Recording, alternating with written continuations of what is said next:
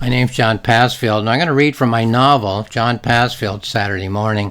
The title of this reading will be Saturday Morning, Video 14, Deepening Imagery 2, The Dream Nightmares. So here's the cover, Saturday Morning, John Passfield, Saturday Morning, a novel by John Passfield.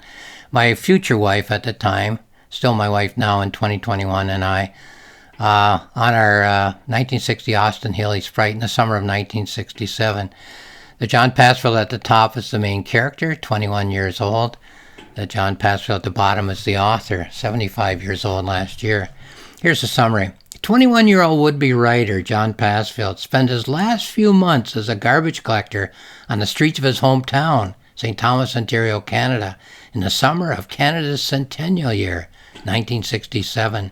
As he works, he compares the imagery of his life so far and of his upcoming marriage and pending career as a high school teacher to the imagery of the great books that he's reading, all while in pursuit of building the perfect load of garbage. So the use of imagery in literature fascinates me, and I've developed categories of imagery, and one of those categories is the dream nightmare category of imagery. We all have dreams and nightmares. We only become aware of them when we awaken as one is ending, or perhaps when it is taking place. We sense that we dream a lot more often and for many more hours than we are aware of. In this novel, the main character has 7 dream nightmares, of which I will read 4 just to keep the length reasonable. So the first dream nightmare I'm going to read is I am a racehorse, and it starts on page 40, so I'll just find that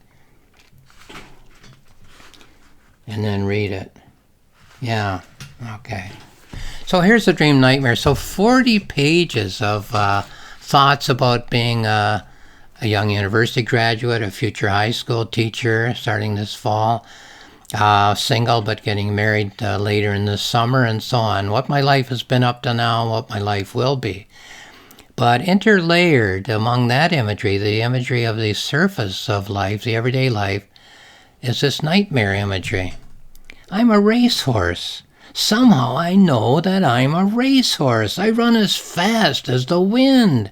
I'm not at home as I trot around this farmer's field. I will run as fast as I can and jump the fence. So, imagery of being confined in a place that's not natural to you. And these are fairly close together, so that was page 40. Here's 41 with just a page of imagery between.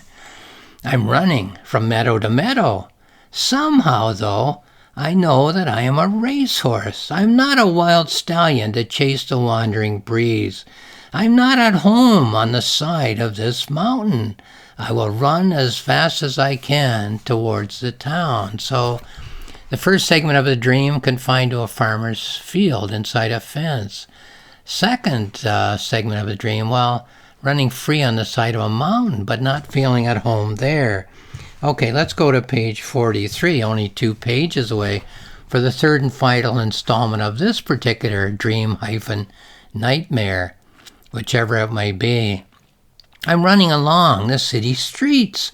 Somehow I know that I am a racehorse. I'm not one to pull a wagon of bread or of milk. I'm looking for a race course. I need to run between the lines with thundering hooves. So just 3 segments of a dream nightmare. A racehorse, yes, but a racehorse to run around a farmer's field? A racehorse to run free on the side of a mountain? Or a racehorse to find a race course in which to run very, very fast, but to run between the lines? Well, will that come true for this person? You know, we talk about dreams coming true. I guess we can talk about nightmares coming true. But it's simply that. It doesn't interpret itself. It's simply there in the mind of this main character, asking to be interpreted, demanding to be interpreted perhaps, but not interpreting itself. Let's go on with another one. I'm a wizard in my laboratory. I'll find page 58 here. Here it is. I am a wizard in my laboratory. I know the magic formula. It came to me blindingly in a flash. I know ingredient A and ingredient B. All I have to do is mix them in a jar. Well, that sounds like a positive dream rather than a negative nightmare. But here's segment 2 of the nightmare, one page later, page 59. I am a wizard in my laboratory. I have ingredient A and ingredient B, but now I need to find another secret formula. I've been working through the nights and through the days. Now I need to invent a magic mixing bowl. So, the dreams seem positive, the right ingredients, but then what do you mix them in? That was page 59. Here's page 61, which again isn't far away. A couple of pages of imagery, and then I'm a wizard in my laboratory. I need a formula for a jar. I have tried glass and stone and crockery. Time after time I pour ingredient A into ingredient B, but the container just dissolves and melts away. So, frustration, I suppose, not being in the position that you want to be in terms of, one's life so far and one's life in the future. Having some of the ingredients of a future life that are correct and ideal, but not having a container into which to pour them. Very interesting dream nightmare. Here's another one. I'm enjoying this scene from my balcony. We'll go all the way to page 94. These are sprinkled throughout the everyday imagery of the life of the main character. So this one doesn't even start till page 94. So 94 pages of imagery. And then, images comment on images. So this image comes into the novel, into the mind of the main character after what amounts to 94 pages of thought to comment. Well, what is the comment? I'm enjoying the scene from my balcony. My balcony has 100 stories in the air. From here, I can see the landscape for miles around. But I cannot see the stories below me. It is as if my balcony is floating on a cloud. Second segment of this dream-nightmare is on page 95, which is only one page of imagery later. I'm enjoying the view from my balcony. I love to scan the landscape far and wide. I hear a noise out in the hallway. I leave my balcony and go to investigate the noise. A piece of paper has been slipped in under the door. And then the third segment, that was 95, here's 97, only a couple of pages later. I am eager to get back to my balcony. From here I can scan the landscape for miles around. I read the notice that has been slipped in under the door. Quote, in view of the fact that the 99 stories of this tower are not currently occupied, we have arranged to have all 99 stories torn down. Oh, so living on the 100th floor, 99 stories below you, which you can't see, perhaps due to cloud cover, getting a notice that since nobody's occupying those stories, the 99 stories will be torn down. What does that have to do with your life up to the present? What does that have to do with your potential life in the future? Well, dreams and nightmares don't interpret themselves. They wait for us to interpret them. Let's go on with the last one I picked. I'm standing on a patch of sand way over to 130. So after 130 pages, let me find it here, of imagery in the thought of a 50,000 word single thought with many, many aspects in the mind of the main character. 130 pages of those 50,000 words of imagery have already been thought. Now here's a comment by way of dream nightmare. I'm standing on a patch of sand. There's a stack of books on my head. The books are very heavy. I'm sinking in the sand. I'm up to my eyes as I sink in the sand. Well, that seems more nightmare than dream.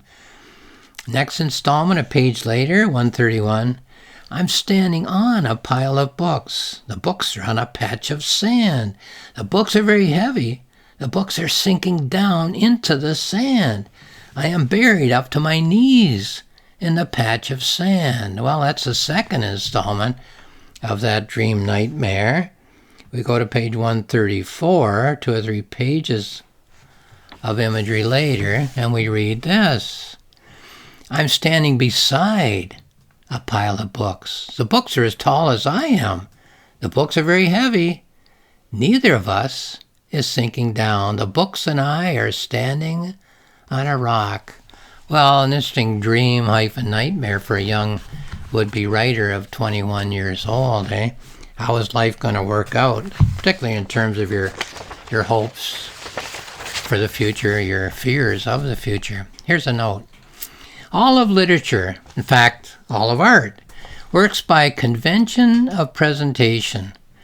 The literary form of the prose novel can only deal accurately with the surface of life.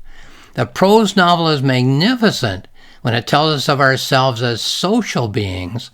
The great prose novels present the fabric of everyday life and of social eras in great detail, bringing these experiences to such life that we feel we are living in that milieu while we are reading. But the prose novel fails, becomes superficial, misleadingly superficial, when it attempts to tell us how we humans think. To present the conscious thoughts of a main character as one clear and single arc throughout an experience, and then to crank the presentation mechanism down to the subconscious level of the mind, and then to present one clear and single arc of subconscious thought is to misrepresent the highly complex way in which we think our way through our lives.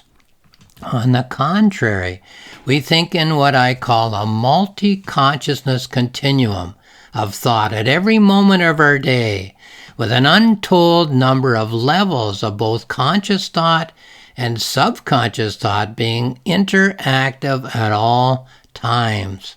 How many levels of conscious and subconscious thought are we experiencing as we drive our car and listen or half listen to our passenger and to the radio?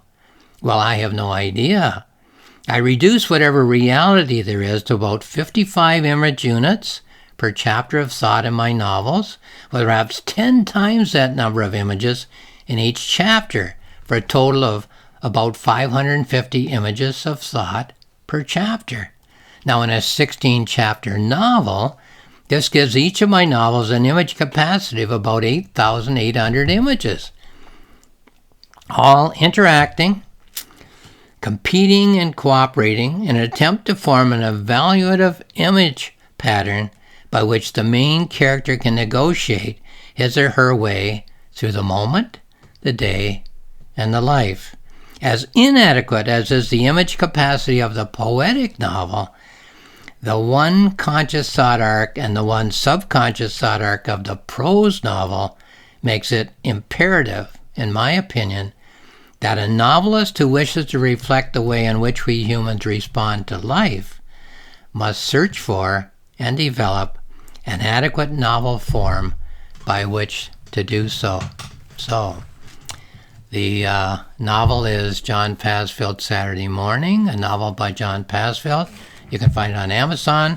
My publisher's website is rocksmillspress.com, rocksmillspress.com. More information there. On my website, johnpassfield.ca, all one word, johnpassfield.ca, 2 free books. A planning notebook, you just go onto the website and click on the icon. Planning notebook in which I plan and write the novel and record my thoughts and feelings. And a journal in which I reflect on the rough draft that I now have and that I'm now polishing. What is a novel? How does it work? What is a prose novel? What's a novel of imagery, which is a poetic novel, and how does it work? And lastly, I'll just say thank you for watching this video.